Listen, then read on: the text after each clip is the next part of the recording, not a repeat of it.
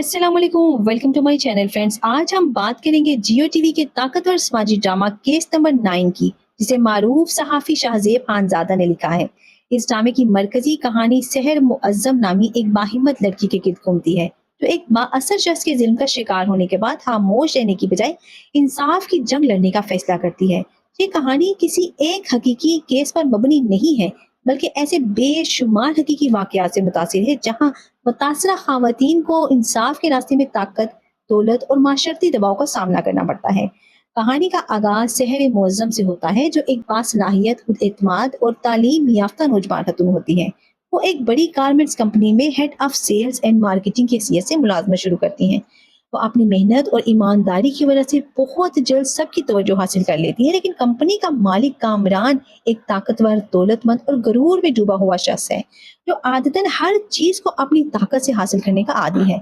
शुरू में कामरान शहर की सलाहतों की तारीफ करता है, मगर जल्द ही उसकी दिलचस्पी पेशा वराना हदों से आगे बढ़ने लगती है। शहर हर बार फाजिया अंदाज में उसे सिर्फ अपने बॉस की हैसियत से देखती है और किसी भी गैर जरूरी कुर्बत को कबूल नहीं करती।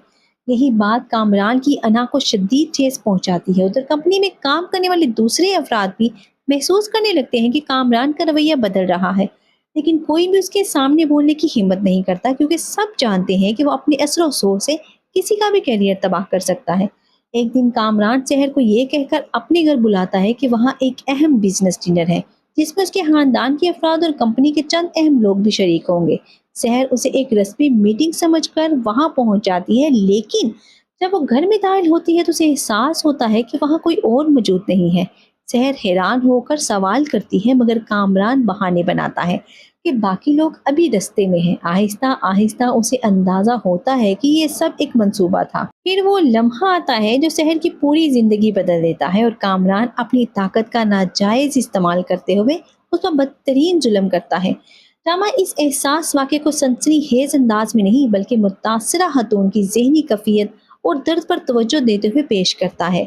इसी दौरान रोहित, जो कामरान से ताल्लुक़ रखता है, हालात पर शक करता है और वहाँ पहुँचने की कोशिश करता है, लेकिन वो बहुत देर कर चुका होता है।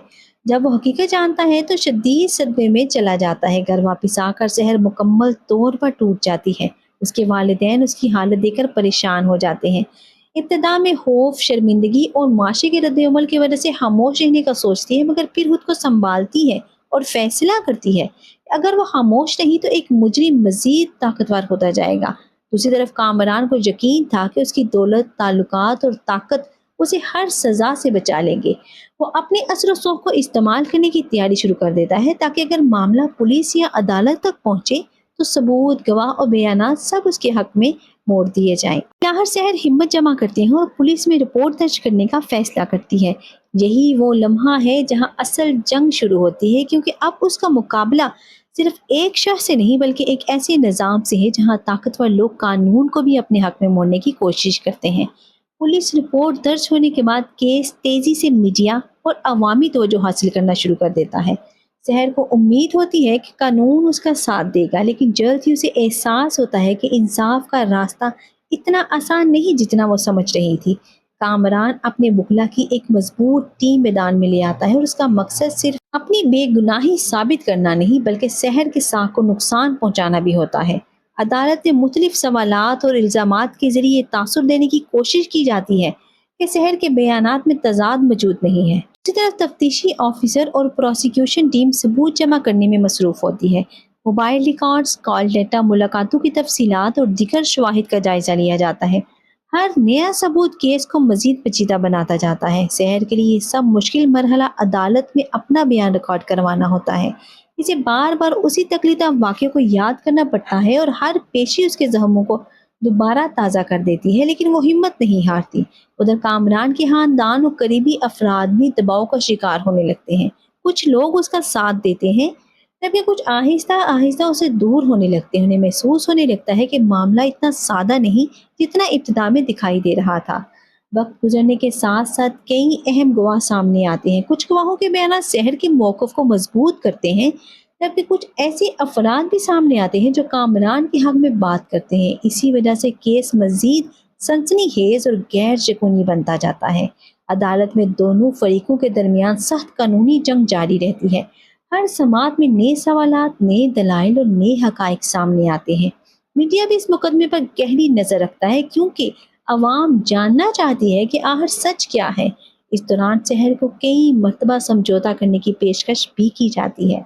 उसे कहा जाता है कि अगर वो मुकदमा वापस ले ले तो उसे माली मुआवजा और दीगर सहूलतें दी जा सकती हैं। लेकिन शहर इन तमाम पेशकशों को मुस्तरद कर देती है क्योंकि उसके लिए ये सिर्फ जाती मामला नहीं बल्कि इंसाफ की जंग बन चुकी होती है। दूसरी तरफ कामरान को पहली बार एहसास होने लगता है कि शायद उसकी ताकत और दौलत उसे मुकम्मल तौर पर नहीं बचा सकेगी। जैसे जैसे शवाहिद सामने आते हैं उसके इत्मीनान में कमी आने लगती है। कहानी अपने अरूज पर उस वक्त पहुंचती है जब अदालत में अहम सबूत पेश किए जाते हैं।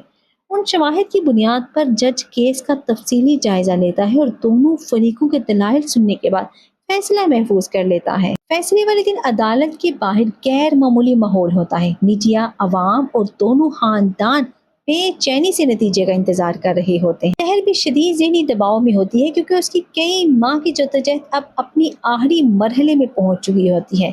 बिलाहर अदालत अपना फैसला सुनाती है। जज वाजिया करता है कि कानून का मकसद ताकतवर और कमज़ोर के दरमियान फ़र्क करना नहीं बल्कि इंसाफ फ्राहम करना है।